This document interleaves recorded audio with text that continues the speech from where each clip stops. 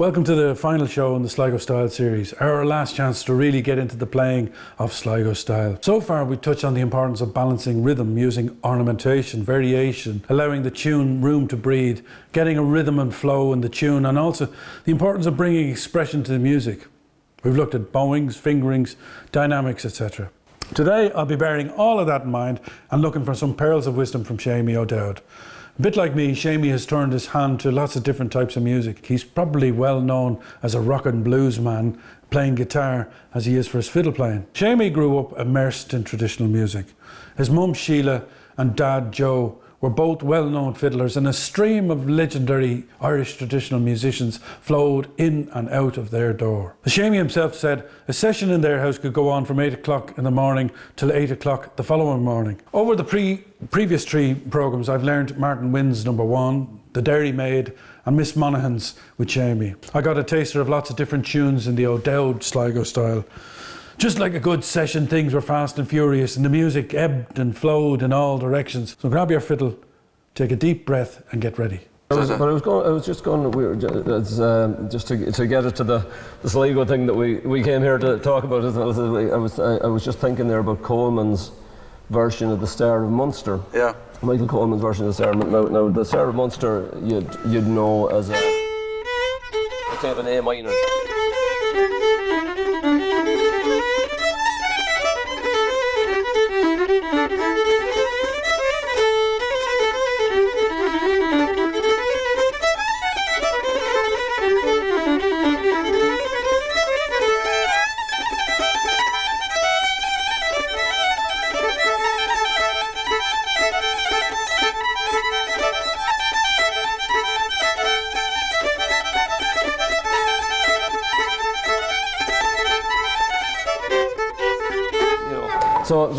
So Coleman recorded that he recorded in G, but he kind of he was going between almost a kind of a minorish and major feel. I think he kept the B's. Like instead of, let's say, if you were playing it in G, let's say if you took what we did there just down a key, you'd be going, you know.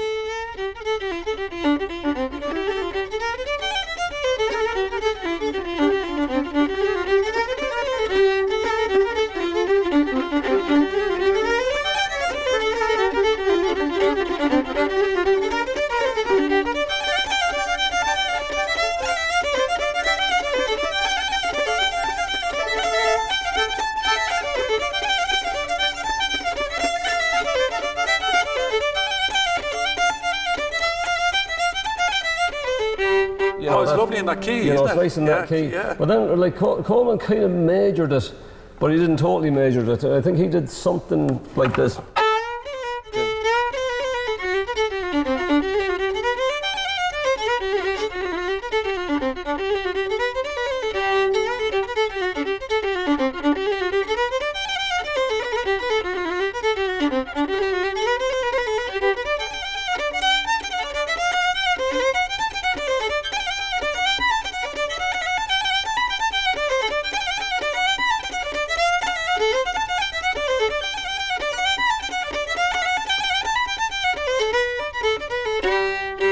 Like that, basic, that type becomes another animal, like, you know, totally. And there's kind of where he was kind of. Is that of unique to Coleman then, or would other Sligo fiddle players have done that? I think other Sligo players did it, and probably other players around the country. I think the Clare players did a bit of that too. You know, they'd have that kind of. I've never heard coming from the pipe.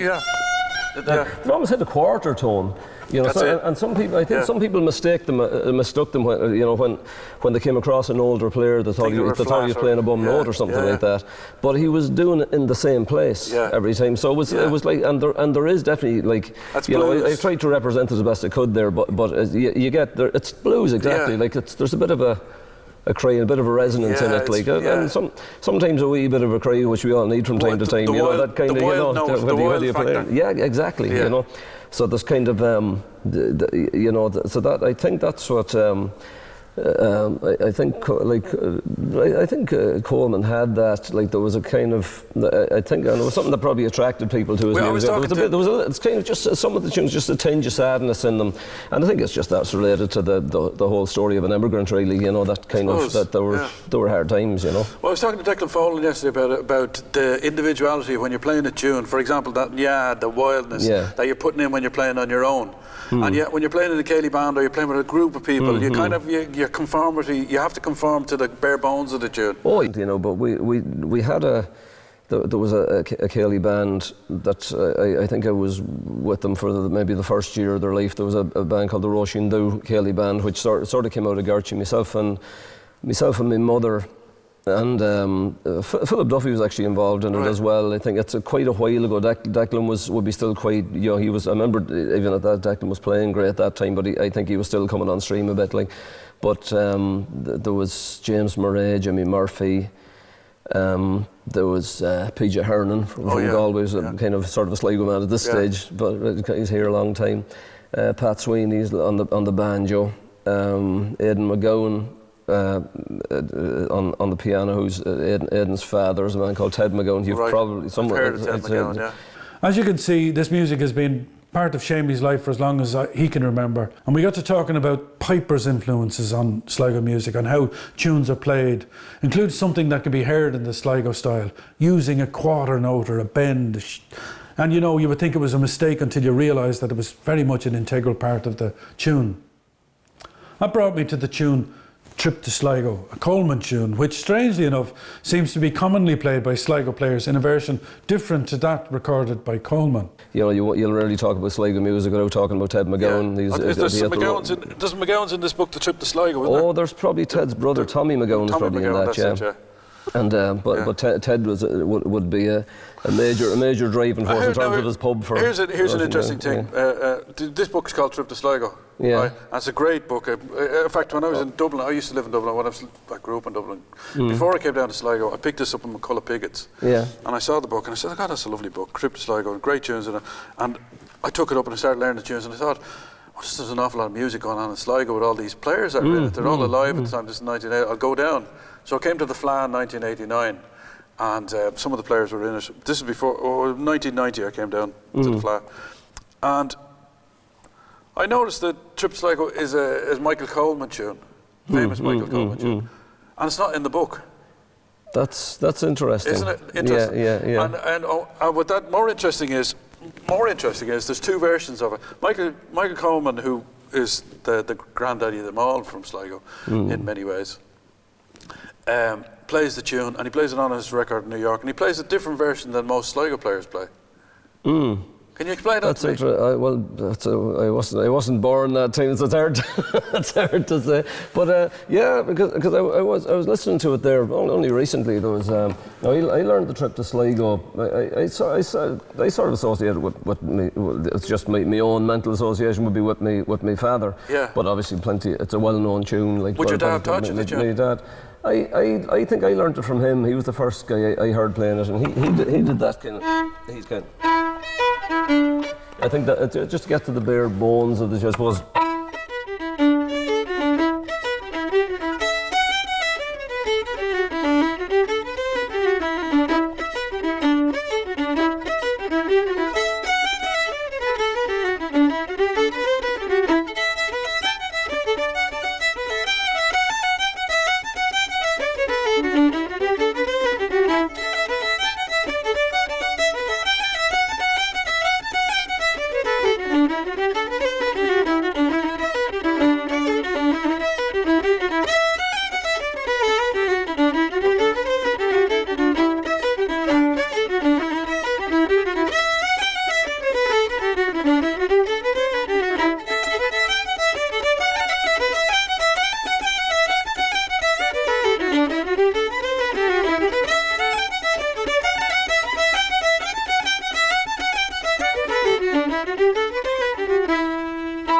Maybe that's it. Well, maybe through a few wee variations in the second time round. We were talking about doing this. But we were talking about Coleman. Coleman recorded it kind of. He played.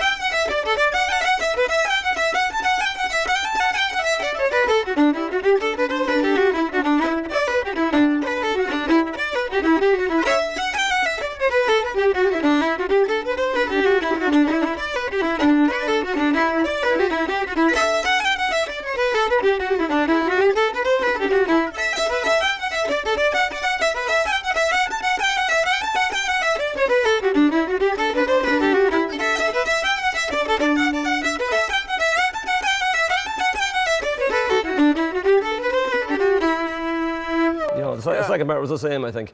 But how as in how that came to be. I suppose he might have experimented a bit. I know Coleman did, as I think that a lot of players. I think Morrison, James Morrison, and Paddy Killoran both would have maybe conducted maybe similar experiments. I think Coleman might have done a bit, maybe done a bit more in terms of maybe experimented a little bit more. But I think Morrison did as well as I think maybe Paddy. I'd say Paddy Killoran probably stuck to the tune a little bit more than the others. But there, I think some of the tunes that are known as Sligo tunes, I think some of them actually came from other places. They came. I think those kind of travelling musicians sometimes brought them to Sligo.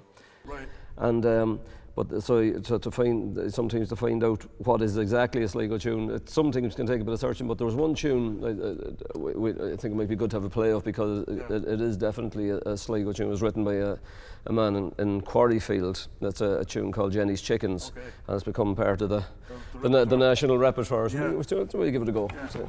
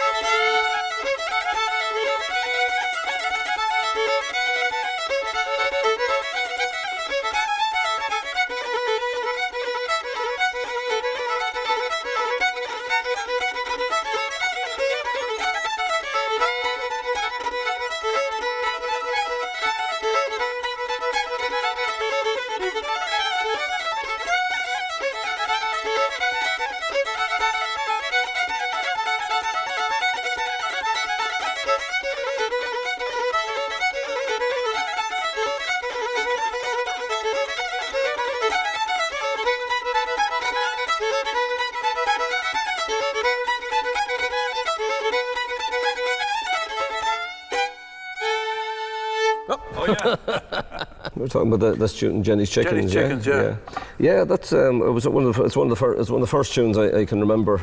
I can remember learning that that was kind of so ubiquitous tune. It's one of the big tunes in the tradition, and it as I say, it's definitely a Sligo tune. Yeah. It's kind of Your dad had variations on it, though, did he? He had a few small variations. My dad had variations on most tunes he played. That was kind of he was a hard man. I think up to this very day, I think I spent my whole life trying to keep up with him, But he had, I suppose, if you take Jenny's Chickens, I suppose the basic of the tune would be probably. He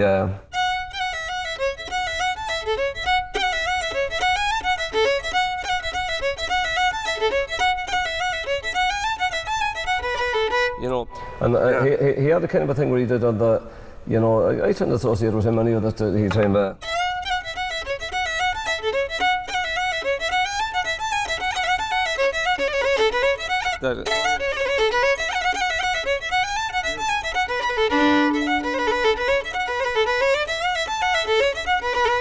kind of. He tended to make it up on the spot now. That's the thing I hear you do a lot with tunes. You're going to go off the script. The script is there for the tune, and then you'll weave off, and then you'll come back to the tune. Well, actually, most players do, and they'll kind of interpret it different. I remember. My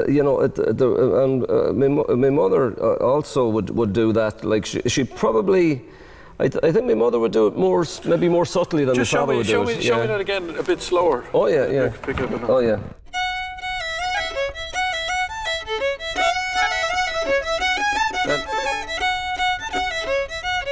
Can.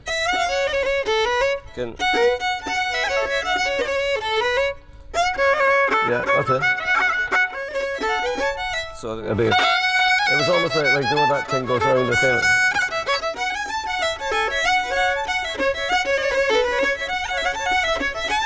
Then again. That's kind of that's I'd probably something that or for like I know there's kind of thing that kind of there's kind of that'd be kind of you could slur it up there too. That's interesting. So there's a few different ornamentations going on there. One is yeah. And then the others. Yeah. It depends. Like sometimes you play, you might go kind of. Yeah, it's like a kind of a. Are they any unique to Sligo, those ornamentations, or would you say they're just the fiddle players' ornamentation? I think they're general. They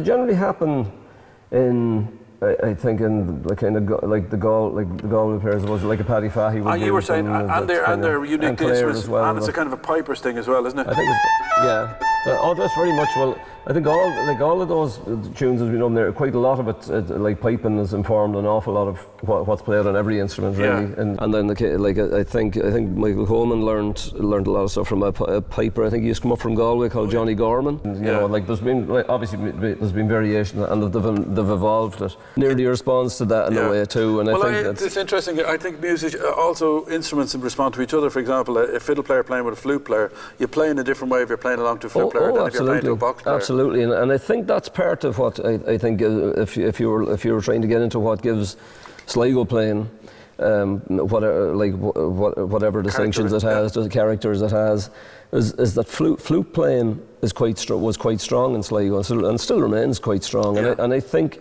myself the fiddle playing was at least partially influenced by the flute playing because I know people would say. When someone from outside of Sligo, if they're making an observation of Sligo music, they'll remark on the amount of finger work people do with on the fretboard, and a lot of that I think was imitating the flute, because the flute, if you ever hear a flute player, I suppose you could take probably one of the best of them. You could take, let's say, an obvious example like Matt Malloy. There's a great flow. It's kind of. Is coming out that way, and I think that's and Matt's music is very much, he's quite Sligo influenced. Yeah. I've seen Kevin Burke playing. Kevin Burke plays. He tends to use a long bow with a lot of notes. Oh yeah. So it's like a long blow with a lot of notes, and the breaths that you hear in a flute player is like you can almost they put their breath in a certain place. I wonder, does that affect the way the tunes are played in Sligo? Oh, I think it does. Yeah, I think it definitely does. It gives it it's definitely fed into it. There's no question about it. Yeah. That they have, that's, and I think it's almost that. I suppose that combination. It's like, I suppose it's its own combination of that sort of I suppose that bit of a flow in the music. Yeah. But also probably giving it a little bit of a rhythm, probably not heavily punctuated. Yeah. Like that. It's almost it's a funny rhythm because the breath of a flute doesn't necessarily come on the top of the bar. It doesn't come in the. No. It comes. At the end of a musical phrase. I was playing with, and the emphasis can come on strange places as well, because I remember playing with somebody one time, and I think there would be maybe a classical background, And they said, what's going on with with this emphasis on the 2 beat? They kind of said like this, because you know, in some cases people they'll emphasise on the 1 or the 3 if there's 4, if there's 4 beats, they'll go down, or they'll go down, or the offbeat or something like that. But you'll hear something like, sometimes these things are actually written into tune. You can take a tune like, I suppose like Bunker Hill. The kind of, you know, it's almost the tune. The tune almost starts before it starts, and it can be, you know, like the, you know, like that. That's almost like where the tune has gotten going, but that's like on the second beat, you know. So it's like.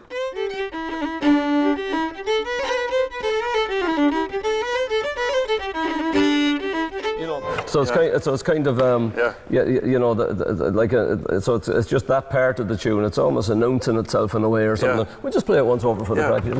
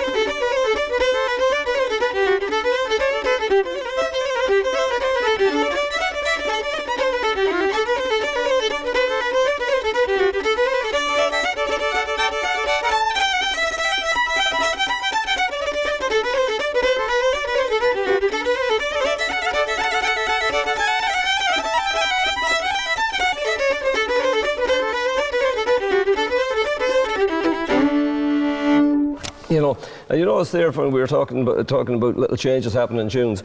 You've that's ever so slightly different to me, and that's, in my opinion, that's none the worse for that, because there was a few things harmonising there that I was enjoying. You know, just listening to that, kind of. Yeah, there was a kind of. There was I learned it from a book. That's kind of that's like Christy Moore. One time Christy was asked, or he was doing a gig. He says, where'd you get that out? He says, I learned it out of a book. He said, I got the tune off a record and I learned the words out of a book. All right. Like the other fiddlers that I spoke to, Seamie really admires the New York players that embrace the Sligo style. Their playing has an exceptional clarity and tone, and their ornamentation of Sligo tunes are some of the best. He pointed me towards one of his favourite recordings, The Apple in Winter, to get a flavour of this. There's another tune, I'm trying to think what it's called. I'll just play just an example of how a tune can evolve, and you know, in tune. I learned this one off Tony DeMarco and Brian Conway played this one.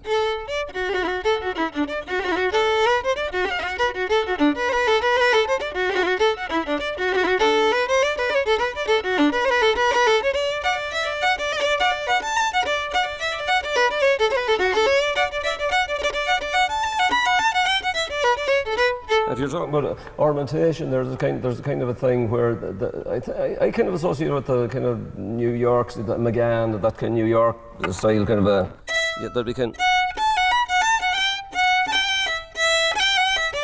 almost. I think we run the risk. I think we run the risk of overanalyzing. Oh yeah, because that thing. But the first part. Oh, absolutely. The first. But the first part of that, my mother was playing that kind of a.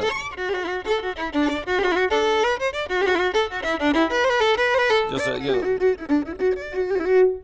Yeah. So she put that, but she kind of changes the mood of it slightly. It does kind of give. You know, but she can, that's kind of, I associate that variation with her. That's, I've never heard anybody else doing it, you know. Okay. So definitely, you know, that we'd all go off the script frequently, like, you know, as you were saying, you know, that kind of way. But definitely, that's it keeps it all interesting, you know. Keeps it fresh. That's exactly. A big part of Sligo Style is ornamentation, obviously, and really great players have an instinct for judging exactly what the right level of ornamentation is. So I guess that going off the script is sometimes probably something that comes with that. Few can rival the O'Dowd's mastery on that front, that's for sure. Now, straight into Cashlán and Or.